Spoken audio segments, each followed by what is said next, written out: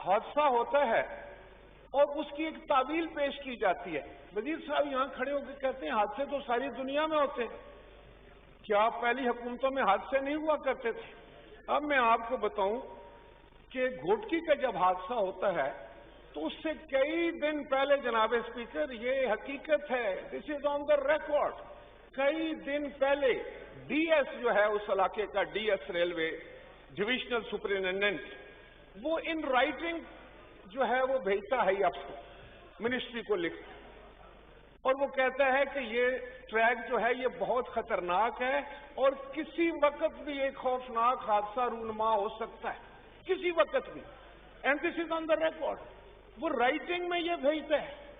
اس پر سب لوگ آنکھیں بند کیے، کوئی اس پر عمل نہیں ہوتا، کوئی اس چیز کا نوٹس نہیں لیتا.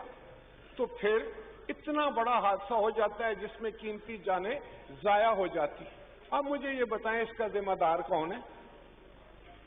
پھر کون سا ادھر وزیر کھڑا ہو کر کہے گا کہ ریلوے کی کارکردگی بہت اچھی ہے؟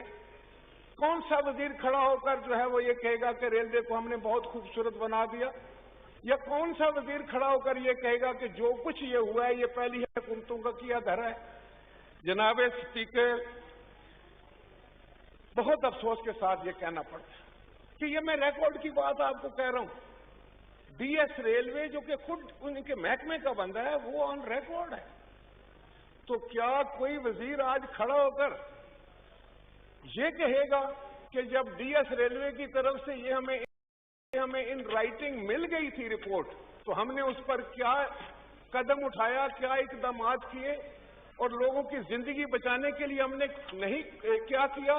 اور اگر کچھ نہیں کیا جناب اسپیکر تو پھر میں سمجھتا ہوں کہ وہ جو معصوم لوگ زندگی کی بازی ہار گئے، جو مر گئے، ان کی ذمہ داری جو ہے وہ کس کے کندھوں پہ ہے؟ کیا آپ وہ ذمہ داری قبول کرتے ہیں؟ یہ ہے اس کٹ موشن کا مقصد، یہ ہے کہ آپ کھڑے ہو کر پھر اخلاقی جرات کا مظاہرہ کریں کہ آپ کہیں کہ ہم اس کی ذمہ داری قبول کرتے ہیں. ہر ذمہ داری آپ دوسری حکومتوں پر پھینک دیتے ہیں. ڈی ایس ریلوے نے جب خط لکھا وہ آپ نے کیا قدم اٹھایا اور اس حادثے سے بچنے کے لیے آپ نے کیا کیا؟ یقیناً کچھ نہیں کیا. جناب اسپیکر، وائنڈ اپ کریں پلیز. جی میں جناب اسپیکر آپ کی خدمت میں یہ ضرور کہنا چاہوں گا کہ حادثہ جب ہوتا ہے تو زخمیوں کی دیکھ بھال کون کرے گا؟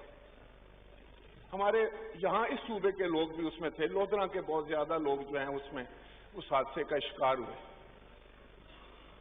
ان کو طبی امداد بھی جا کر کراچی میں دیکھی اور وہ لوگ اپنے پیاروں کو ڈھونڈنے میں لگے رہے، ان کے بارے میں معلومات حاصل کرنے کے لیے سرگرداں رہے. وہ بھی ریلوے وقت پر ان کو پوری معلومات بھی نہ دے سکا.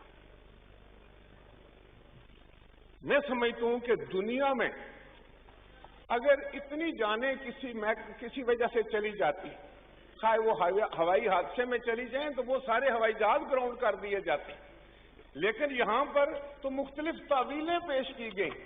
میں سمجھتا ہوں دوسرے لفظوں میں ان جو لوگ بے گناہ مارے گئے ان کا مذاق اڑایا گیا، ان کو معاوضہ تک نہیں دیا گیا. کیا آج کوئی وزیر کھڑا ہو کر یہ کہے گا کہ وہ لوگ جو اس حادثے کا شکار ہوئے، جو معاوضے کا اعلان ہوا تھا ان کو معاوضہ مل گیا؟ ان زخمیوں کی دیکھ بھال ہوئی؟ ان کے گھر کی کفالت کا کوئی بندوبست ہوا؟ یہ تو مذاق ہے کہ آپ لوگ، میں سمجھتا ہوں کہ آپ قاتل ہیں. آپ کیسے ریل چلا رہے ہیں؟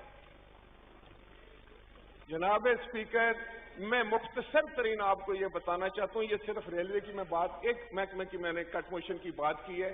جتنے کٹ موشنز آئے ہیں وہ ایک چیز اس میں سے ثابت ہوتی ہے کہ یہ حکومت ہر محکمے میں، ہر ادارے میں، ہر وزارت میں برے طریقے سے فیل ہو چکی ہے. Thank you ji, thank you G.